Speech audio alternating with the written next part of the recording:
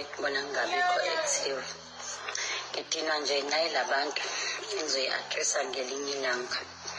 Yabona labantu afike belwa ukuthi uVuyokazi uTirelo hawu asiyekane kanti iy'ngane zabantu nazo azisakwazi iy'ngane zabantu ukuphila impilo yazo. Abantu abasakwazi ukuphosta nje into ey'qondene nazo. Bana-ke nazo izingane zabantu. Ngiyazikhulumela phela le y'ngane ngoba zizele izingane zami. This Tirelo this babhizi bapolishana ney'ngane zemizi yabantu abangazazi. Kuyacaca ukuthi ibond kaMayeni benoTirelo has become very strong over the years ngoba usekwazi ukuthi enze ama-live amkhulumele amdefende against abantu baku-social media. Akagcini lapho kuphela. Every post ozomthola kuyo uTirelo uMayeni uyalike noma uyashare. Ubesakhuza kumhlola ukuthi after all these years uTirelo benoVuyokazi basacompariswa on social media. Sanibonani, welcome to the channel. If you are new here, please do not forget to hit that subscribe button. So uthi-ke uMayeni hayi ake nime mina sengikhathele on a personal level, sengikhathele ukuthi nje kucomparishwa lezi ngane ubabiza ngey'ngane zakho because bobabili bazele iy'ngane zakhe.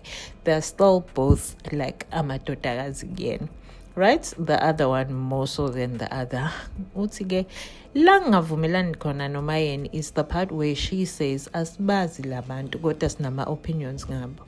We may not know them personally, but we do know them personally because ibona abalethe impilo zabo ku-social media naku-mainstream media in terms of television.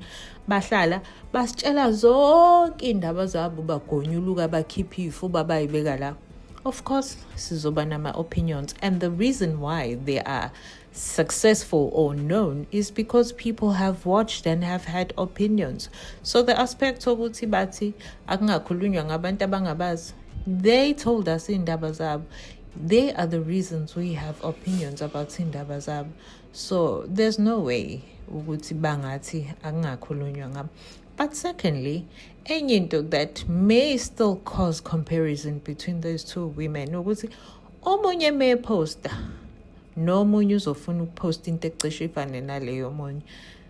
I don't know if I'm still observing ngalehlo le comparison, but it literally just came up on my timeline twice and I was like, ufike wanje lo munye nomunye wanje nomunye wasebanje nalo munye wasebanje.